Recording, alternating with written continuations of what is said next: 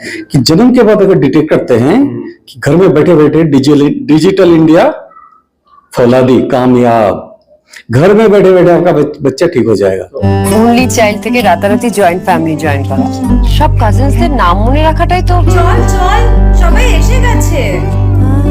এত বড় স্টার্টআপের ফাউন্ডারের সাথে বিয়ে হলে অর্ধেক সময় তো ওই ভিডিও কলেই কেটে যাবে। নতুন ঘরবাড়ি, নতুন ফ্যামিলি, নতুন নিয়ম কানুন, বিয়ের পর অনেক কিছু পাল্টে যায়। কিন্তু শুধু আমার জন্য কেন? অনুরাধা, জয়, শুভ্র আর ডাক্তার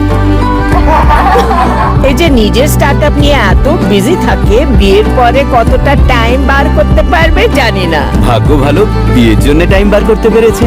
করতে হয়েছে। নতুন জীবন শুরু করার দায়িত্ব কিছুটা আমার, কিছুটা আমাদের। ঐতিহ্যকে ধরে চলি, নতুন গল্প লিখে চলি। আমরা রিভার কোণে, আমরা বাংলার ঐশানী। 24/7 ताजा समाचार के पाठकों के लिए मेरी तरफ से हार्दिक शुभकामनाएं। 24/7 তাজা সমাচার সমস্ত দর্শককে জানাচ্ছি আন্তরিক শুভেচ্ছা।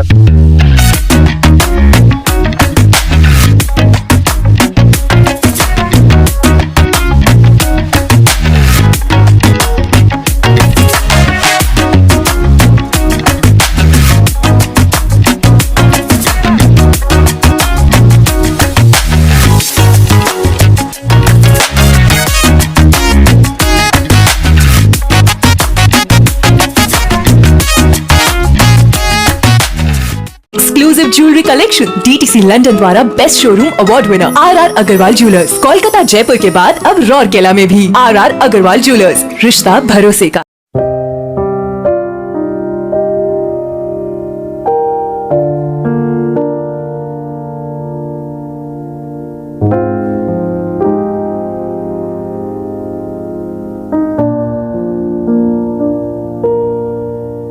दोस्तों, ऑटिज्म एक ऐसी बीमारी है जो बच्चों में तेजी से बढ़ रही है।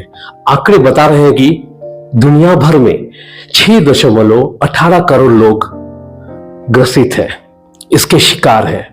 इसमें महिलाएं, पुरुष और बच्चे शामिल हैं। और इस बारे में चर्चा करने के लिए आज हमारे बीच डॉक्टर अंजन भट्टाचार्य मौजूद हैं। अंजन जी, पहले तो हार्दिक शुभकामनाएं कि आज हम आपसे मिल पा रहे हैं। जी, हम भी आपसे मिलना चाहते हैं, क्योंकि आप जो बोले हैं ना, ये सिर्फ डॉक्टरों की बस की बात नहीं है। सही बात है। सबको मिलके इस काम में शामिल होना है। ये अप्रैल महीना है autism month, world autism month, world autism awareness month, और हर पूरा महीना भर के ये काम चलता रहता है, इसलिए कि एक दिन काफी नहीं है। सही बात है। तो इसलिए ये बोलना ज्यादा जरूरी है, क्योंकि इतने अच्छे अच्छे डिटेक्शन और ट्रीटमेंट आ चुके हैं दुनिया में, जो इसके बारे में अगर आज भी हम लोग पीछे हैं तो बड़ी दुख की बात है। सही बात है। अच्छा ट्रीटमेंट है, भले एकदम छोटा उम्र में पकड़ा जाता है, ये सब जानने की और बोलने की उम्र आ गया है, नौबत आ गया है। डॉक्टर साहब, एक बात हम पूछना चाहेंगे कि काफी लोग ऐसे हैं जो इस बारे में जानते तक नहीं है, जानकार नहीं है। तो मैं ये पूछना चाह रहा हूँ कि ऑटिज्म स्पेक्ट्रम डिसऑर्डर भी इसे कहा जाता है, इस बीमारी को।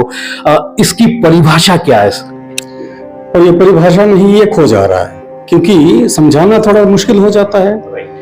तो ऑटिज्म के बारे में इवन डॉक्टर लोग भी नहीं जानते थे।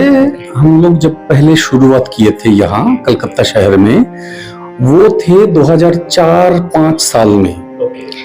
उस समय आके हम बिलायत में काम करते थे। उस टाइम पढ़ाई वढ़ाई, उसका पोस्ट ग्रेजुएट डिग्री विग्री सब वहां से करके इसके बारे में जान के जब यहाँ का लेक्चर देने आया था बच्चों की डॉक्टरों के अंदर, तब देखा कि आधा नाम ही नहीं सुने। उसके बाद समझा है कि कितना गहरा है ये ना जानने की बात। इसका कारण है ऑटिज्म ऐसे एक अपाहिज सिचुएशन है जिसको हम लोग कहते हैं इनविजिबल डिसेबिलिटी। ऊपर से दिखाई नहीं देता है। बच्चा अगर लंगड़ा है ना, सेरिब्रल पॉल्सी जैसा है, ऊपर से देख के आपको पता चलेगा कि इसमें कोई प्रॉब्लम है। ऑटिज्म, ADHD, लर्निंग डिसेबिलिटी, ये तो देख के पता भी नहीं चलता है। और ये बीमारी को बढ़ने की जड़ है कि लोग बैठा रहता है कि ये कोई बात ही नहीं है, हाँ 2 झपड़ मिलने से ठीक हो जाना चाहिए, लेकिन झपड़ मारते ही रहते हो और ठीक नहीं होता जाता है, बल्कि बढ़ता जाता है। टेम्पोररीली लगता है कि ठीक हो रहा है। ये इसलिए नहीं होता है कि साइंटिफिकली झपड़ मार के प्रॉब्लम बढ़ता है, न्यूरोलॉजिकली मतलब डैमेज होता है, ब्रेन डैमेज होता है बच्चों का। आप उसके ऊपर चिल्लाओगे, चीखोगे या शासन करोगे, नहीं करना चाहिए। ये बात समझाना बहुत मुश्किल है, ये तो कल्चरली हम लोगों के लिए ये समझ कठिन है, और डॉक्टर लोग भी ध्यान ज्यादा नहीं देते हैं क्योंकि वो सब मलेरिया, डेंगू, टाइफाइड ये सब संभालने में व्यस्त है। तो इसके लिए स्पेशलाइजेशन जरूरी है। तो 2015 साल में हम 15 डॉक्टर्स हैं जो इंडियन एकेडमी ऑफ पीडियाट्रिक्स का फर्स्ट कंट्री का ऑनररी फेलोज है। हम लोगों ने एक फेलोशिप प्रोग्राम बनाया है Indian academy of paediatrics IAP के दौरान। आज तो कम से कम 100 डॉक्टर तो क्वालिफाई कर चुके हैं, हम उसका एक्सटर्नल एग्जामिनर भी है।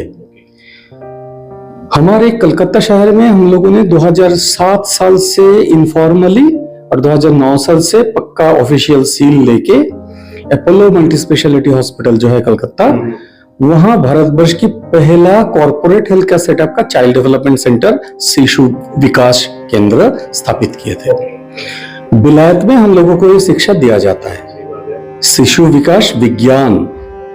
बच्चों की डॉक्टर जो अलग से सुपर स्पेशलाइज करते हैं चाइल्ड डेवलपमेंट में, डेवलपमेंटल पीडियाट्रिशियन। अब देश में 100 हुआ है, लेकिन देश में स्टेट है 39, राइट?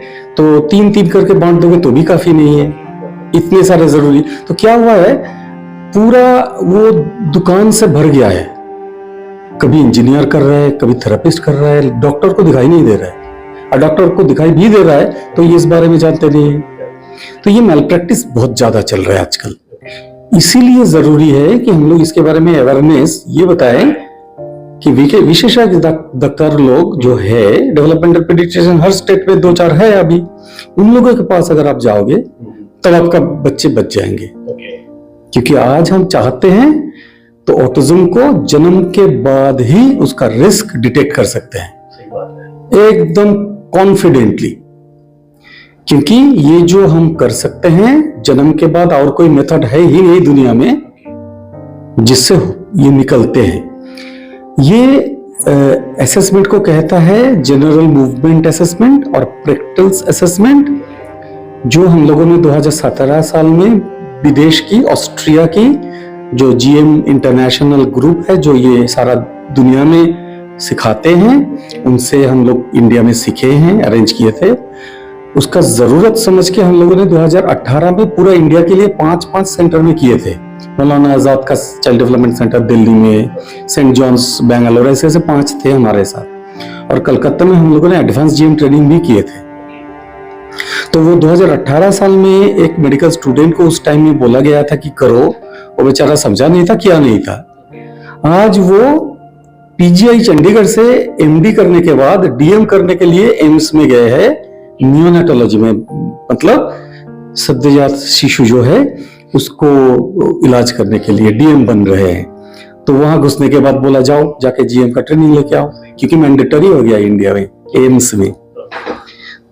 और इंडियन एकेडमी ऑफ पीडियाट्रिक्स में ये race module, risk stratification module, training of the trainer module में प्रेसिडेंशियल एक्शन प्लान की हिस्सा बन गया है। तो हम लोगों ने जो शुरू किए थे 2017 में, आज 2024-25 में आके डॉक्टरों में एटलीस्ट फैल रहा है। ये पूरा लोगों को जानना जरूरी है, क्योंकि सिर्फ डॉक्टरों से ये कम होगा नहीं। इसलिए हम लोगों ने ऐसा भी अधिक विद्या का स्थान बन के बैठे हैं जो है पोस्ट ग्रेजुएट डिप्लोमा, जो पश्चिम बंगाल सरकार की जो यूनिवर्सिटी ऑफ टेक्नोलॉजी है मैकाउट, और मैकाउट का हमारा एक पोस्ट ग्रेजुएट डिप्लोमा चलता है। पहले वो कोलैबोरेटिव प्रोग्राम में से चलता था, इस साल से वो मैकाउट का ही अपना प्रोग्राम हो रहा है। स्टूडेंट सब मैकाउट के हैं, यूनिवर्सिटी की स्टूडेंट्स है। वो हमारे यहाँ आके सीखते हैं कि कैसे ये जो आधुनिक विज्ञान जो है वो कैसे आजमा जाए सिर्फ डॉक्टर नहीं, जितने थेरेपिस्ट है, स्पेशल एजुकेटर्स है, साइकोलॉजिस्ट है, न्यूट्रिशनिस्ट है, सोशल वर्कर्स है, जो जितने स्टेक होल्डर्स है डिसेबिलिटी के, उसका हम लोगों को 3 बैच निकल चुके हैं। और सब पास नहीं करते हैं, जो पढ़ते हैं सीखते हैं वही पास करते हैं, एक्सटर्नल एग्जामिनर आके परीक्षा लेते हैं। तो हम लोग बहुत बहुत खुश हैं कि जो लोग पास करके निकल रहे हैं वो कंट्री का पहला ट्रेन्ड पीपल निकल रहा है कि जन्म के बाद ही डिटेक्ट करो रिस्क और जन्म के बाद ही अर्ली इंटरवेंशन डालो ठीक करने के लिए। तो डॉक्टर साहब यही बताने की कोशिश कर रहे हैं कि मतलब आपका बच्चा अगर समझने में नाकामयाब हो रहा है या अभिव्यक्ति करने में हिचकिचा रहा है, तो आप समझ सकते हैं कि आपका बच्चा भी इसी बीमारी का शिकार है। साइकोलॉजिस्ट लोपामुद्रा दासगुप्ता हमारे बीच मौजूद है। हम लोग बात करेंगे, चर्चा भी करेंगे ऑटिज्म पर। पहले तो हार्दिक शुभकामनाएं। Thank you. लोपा जी, पहले तो ये बताइए, जितने भी गार्जियंस आपके पास आते हैं वो क्या समस्या लेकर आते हैं और आप उनका निपटारा कैसे करती हैं? ठीक, तो जो भी पेरेंट्स हम लोग के पास आते हैं तो सम ऑफ द चीफ कंप्लेंट्स हम लोग को जो सुनने मिलता है कि मैम मेरा बच्चा बात नहीं कर पा रहा है, मेरा बच्चा बहुत फोन देख रहा है, मेरा बच्चा मेरी तरफ देख के बात नहीं करता है। मैं अलग अलग बोल रही हूँ। अच्छा, मैं पुकारती हूँ बच्चे को तो मेरी तरफ देखता नहीं है, एक ही चीज से बार बार खेलता रहता है, दोस्त नहीं है मेरे बच्चे के, एक जगह पे बैठता नहीं है, कुछ बोलूं तो कर नहीं पाता है। ऐसे ही बहुत समस्या लेके मम्मी पापा हम लोग के पास आते हैं। The first line of treatment जो हम लोग बोलते हैं, जो हम लोग मम्मी पापा को देते हैं, that is the parent training programme.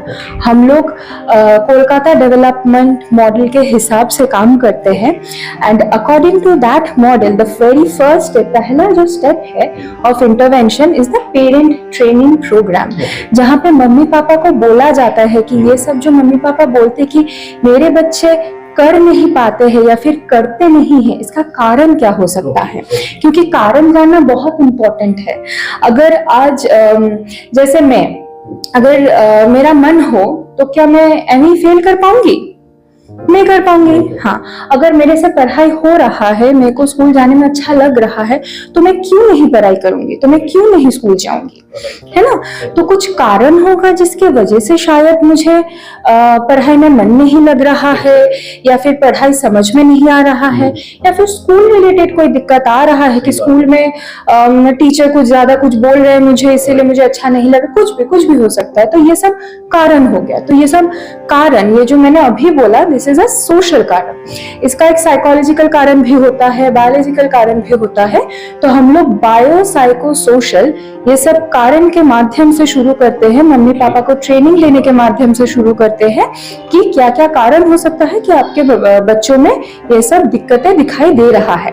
And secondly, studies में पाया गया है कि होम बेस्ड मैनेजमेंट बहुत हद तक काम आता है अगर बच्चों में ये सब दिक्कतें देखा जाए तो जो भी मैनेजमेंट मम्मी पापा की तरफ से पॉसिबल हो पाता है, वो सब मैनेजमेंट टेक्निक्स भी मम्मी पापा को सिखाया जाता है ताकि वो लोग भी बच्चों को मैनेज कर पाए। उसके बाद अगर दिक्कत कुछ रह जाए, जो हम लोग बोलते हैं टेक्निकल डिफिकल्टीज, उसके लिए प्रोफेशनल हेल्प लगता है, जहाँ पे हम लोग फिर काम आते हैं। डॉक्टर साहब, एक बात और मैं पूछना चाहूंगा कि जब आप लोग डिटेक्ट कर ही लेते हैं कि नहीं ये बच्चा ऑटिज्म का शिकार है, तो किस तरीके से ट्रीटमेंट आप लोग शुरू करते हैं?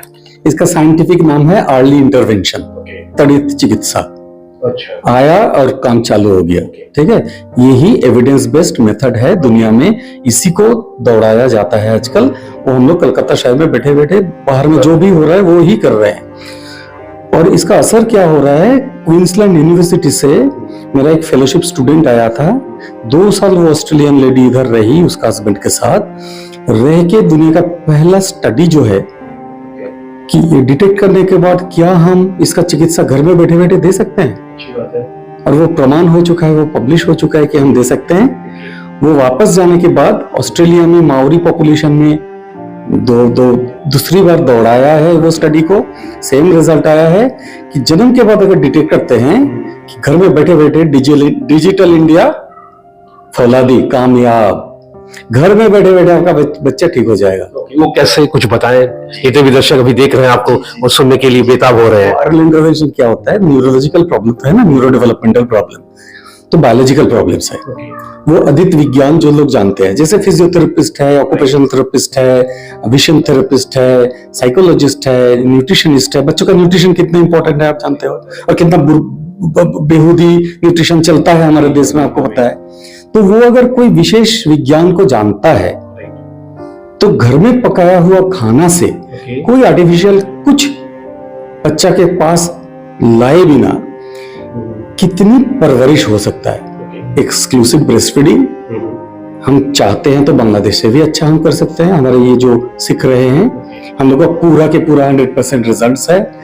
इसीलिए ये अदित विज्ञान में हम लोग न्यूट्रिशनिस्ट को भी शामिल किया है, और भारतवर्ष का प्रथम post graduate diploma holder nutritionist निकल गया है जो स्पेशल नीड्स के बच्चों का न्यूट्रिशनिस्ट है।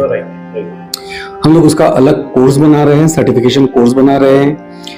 हमारा एक कॉन्फ्रेंस चल रहा है इसके ऊपर, ताकि भारतवर्ष के जो डिसेबिलिटी कमिश्नर है गवर्नमेंट ऑफ इंडिया का, वो आ रहा है इसमें सपोर्ट देने के लिए। नेशनल जो इंस्टीट्यूट है, जो national institute of empowerment of persons with intellectual disability है, उसका जो नेशनल डायरेक्टर है वो आ रहा है। आईएपी का नेशनल प्रेसिडेंट, नेक्स्ट ईयर का नेशनल प्रेसिडेंट, ऑब्स्टेट्रिशियंस जो है, धात्रीविद जो है, उसका जो नेक्स्ट ईयर का नेशनल प्रेसिडेंट, सब इकट्ठा हो रहे हैं एक जगह पे इसी महीने के एंड में ऑटिज्म मंथ सेलिब्रेट करने के लिए। क्योंकि West Bengal academy of paediatrics Apollo का चाइल्ड डेवलपमेंट सेंटर में ही लास्ट 3 साल से ऑटिज्म मंथ को सेलिब्रेट कर रहे हैं। इस बार नेशनल जा रहे हैं हम लोग, ये बात बताने के लिए कि जन्म के बाद पकड़ो, घर में बैठे त्वरित चिकित्सा दो, एकदम ट्रेन्ड प्रोफेशनल्स मल्टीडिसिप्लिनरी तरीका से, डिजिटल टेक्निक से, जैसे फोन के माध्यम या लैपटॉप के माध्यम, घर में बैठे बैठे आपको सुपरवाइज कर देगा, आपका बेटा ठीक हो जाएगा। यानी गलत लाइफस्टाइल की वजह से मतलब ऐसी बीमारियां फैल रही है। गलत तो कोई जानबूझ के करता नहीं है, गलती क्या है वो तो आपको जानना पड़ेगा ना। एक उदाहरण देता हूं, लोग कहता है कि क्वालिटी टाइम दो, ठीक है, ये सही बात है, विज्ञान सम्मत बात है। इसको पब्लिक ने क्या बनाया है कि ज्यादा से ज्यादा टाइम देना पड़ेगा, ये बिल्कुल सही नहीं है। हम यहाँ सिखाते हैं, पहला काम हमारा जो होता है वो पेरेंट को ट्रेनिंग करना, और वो भी एविडेंस बेस्ड मेथोडोलॉजी है। सब एविडेंस हम दे देंगे, आप वो कैमरे के सामने लाएंगे, देख देख के तो सब लोग देखेगा कि सब पब्लिश्ड पेपर्स है कि parent training he most effective best practice method for autism. Parent training से शुरुआत करना पड़ता है, तो हम कर देते हैं। तो पहले ये गलतफहमी दूर कर देते हैं कि भाई आवर्स एंड आवर्स आपको बेटा के सामने बैठ के फायदा नहीं है, हानि भी है। अगर आपका टाइम गलत है तो बच्चा का हानि ज्यादा करेगा, है ना।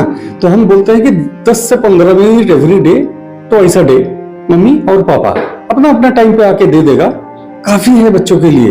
और हम 18 साल से ये करते जा रहे हैं, काफी है, इसका प्रमाण भी है हमारे पास। हमारे बच्चे सब नॉर्मल स्कूल में जाते हैं, 85% ऑफ देम नॉर्मल जाके नॉर्मल अचीव करते हैं, नॉर्मल बच्चों जैसा। डॉक्टर बन रहा है, आईआईटी का इंजीनियरिंग कोर्स कर रहा है, एम्स में भर्ती हो रहा है, हाँ, जियोग्राफी में ऑनर्स कर रहा है, इकोनॉमिक्स पढ़ रहा है। लगता भी नहीं है उसका कभी कुछ प्रॉब्लम था। अब ये सब वो बच्चे नहीं है कि जो बचपन में आया था, ये बड़े बड़े बच्चे आए थे, बड़े बड़े बड़ा होके, हम उसको भी निपट दे सकते हैं। ये क्वालिटी टाइम का मिथ को हटा के, मम्मी पापा काम नहीं कर सकते हैं ये मिथ को हटा के, हमारे यहाँ हर मम्मी पापा को इनकरेज किया जाता है कि भाई इंडिया को बढ़त चाहिए, मम्मी चाहिए, पापा चाहिए, वर्कफोर्स में सब काम करो। बच्चे के लिए तो 15-15 मिनट ही देना है, और कितना करना है, जाओ काम करो। बेटा भी सीखेगा कि काम करके बड़ा होना है, अब वो सीख भी जाता है। चीखो मत, चिल्लाओ मत, उसके पीछे पड़ो मत, दिस इज वेरी इंपॉर्टेंट। और खाना ऐसा स्वादिष्ट बनाओ कि जो नेचुरल कुदरती खाना है, इससे जितना फल मिलता है वो आर्टिफिशियल से मिलती नहीं है। बीमारियां बढ़ जाता है आर्टिफिशियल यूज करोगे तो। ये सब इतनी आसानी से हमारे स्टूडेंट सीख रहे हैं क्योंकि वो सब यंग स्टूडेंट्स है, आ रहे हैं पास करके अपने कॉलेज से, बैठ के सीख रहे हैं, तो गलत शिक्षा उसको अंदर घुस ही नहीं पा रहा है। और हमारा रिजल्ट इतना है कि हम लोग ये बच्चे लोग यूरोप में जाके प्रेजेंट कर रहा है ना। हम आपको वो भी भेज देंगे, आपका मौका मिले इसके साथ साथ वो सब दौड़ा दीजिए कि हमारे बच्चे जितने छोटे छोटे बच्चे, यंग स्टूडेंट्स, यंग प्रोफेशनल्स बोल रहे हैं और दुनिया के सबसे बड़े बड़े साइंटिस्ट को सामने एकदम पूरा 56 इंच लगा के कैसे कैसे प्रेजेंट कर रहा है, वो देखने की बात है। इस वक्त साइकोलॉजिस्ट मेघा गोयनका हमारे बीच मौजूद है। हम लोग स्क्रीन टाइम पर चर्चा करेंगे। ये स्क्रीन टाइम का जो विषय है, इस बारे में कुछ बताएं। अच्छा, तो मम्मी पापा बहुत सारे कंप्लेंट्स लेके आते हैं कि मेरा बच्चा बहुत टीवी देखता है, फोन चलाता है, कार्टून देखता है।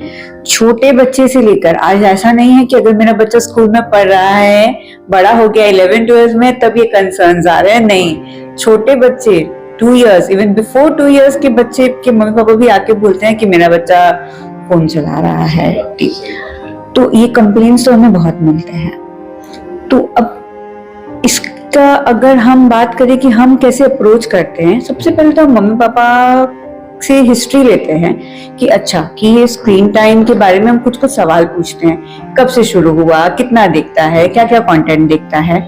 उसके साथ साथ घर पे जो अगल बगल मम्मी पापा हैं, माहौल में कितना स्क्रीन यूज हो रहा है, बच्चे को छोड़ के मम्मी पापा कितना स्क्रीन यूज कर रहे हैं, अगल बगल वाले लोग, अगर दादा दादी है, बाकी कोई सिबलिंग्स है, तो कैसा चल रहा है, क्योंकि वो जानना बहुत जरूरी है। हम लोग बहुत बार सिर्फ ये बोलते हैं कि मेरा बच्चा ये कर रहा है, इसको उस नशा छुड़वाइए, फोन का नशा छुड़वाइए। पर जब हम और ज्यादा पता करने का कोशिश करते हैं, डिगिन करते हैं, तो देखते हैं कि मम्मी पापा खुद ही दिन भर फोन में लगे हैं। एंड तो बच्चा तो वही सीख रहा है, मम्मी पापा का देख रहा है, सबसे ज्यादा इंटरेस्ट उसी में है, तो मेरा भी उसी में इंटरेस्ट जनरेट हो रहा है।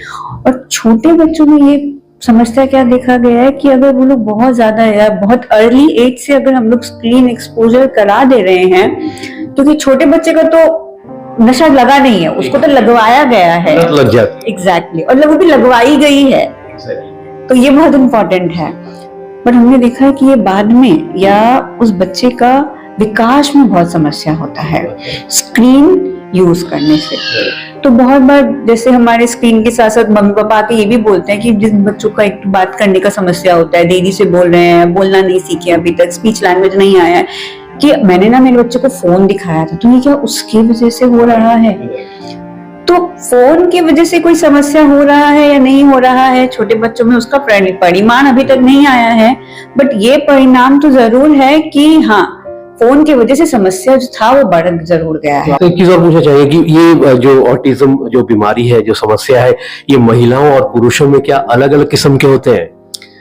जी ऐसा नहीं है, थोड़ा पुरुष होता है तो ज्यादा एक्सप्रेस कर देता है, मतलब उछल कूद ज्यादा करता है ना, तो नजर आता है ज्यादा।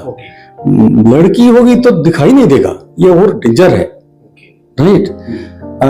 जेनेटिकली स्पीकिंग लड़कों को थोड़ा ज्यादा होता है, तो एवरी बीमारी में ऐसा है, हाँ, नई कोई बात नहीं है। और इसको तो बीमारी भी सोच नहीं सकते, कंडीशन भी समझ सकते हैं। मेरा आंख में जो हम चश्मा लगाते हैं, फिर आप इसको बीमारी कहते हो? कंडीशन है ना। मैं अपाहिज बन गया, मेरा अपाहिज गया, बस यही बात है। यानी ऑटिज्म को आप कोई मतलब बीमारी नहीं कहते हो, मतलब बीमारी का दर्जा नहीं दिया जा रहा है। हम बीमारी करके सोचते हैं इसलिए कि लोगों को समझने में आसान हो, मेडिकल मॉडल का है ना, इसीलिए सोचते हैं। लेकिन हम जानते ये है कि ऐसी बात नहीं है, ठीक है। जेनेटिक कुछ अगर हममें है तो हमारा बनावटी ऐसा है, उसको हम क्या सुधारे। हमको सिर्फ इतना बनाना है कि फंक्शनल बनाना है, मतलब आप और 5 लोगों के साथ अपनी दुनिया छोड़ के सबके दुनिया में बाकी बच्चों जैसा शामिल हो सको। और वो हम तो 85% गारंटी से कर ही देते हैं, ठीक है।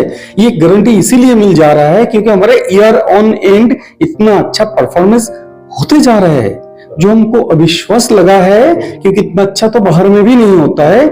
इसीलिए इसका नाम हमने दिया है कलकत्ता डेवलपमेंट मॉडल, और ये प्रेजेंट भी किया गया है royal college of paediatrics and child health UK में, और उसके बाद WHO ने इसको एंडोर्स किया है one of the best practice models internationally.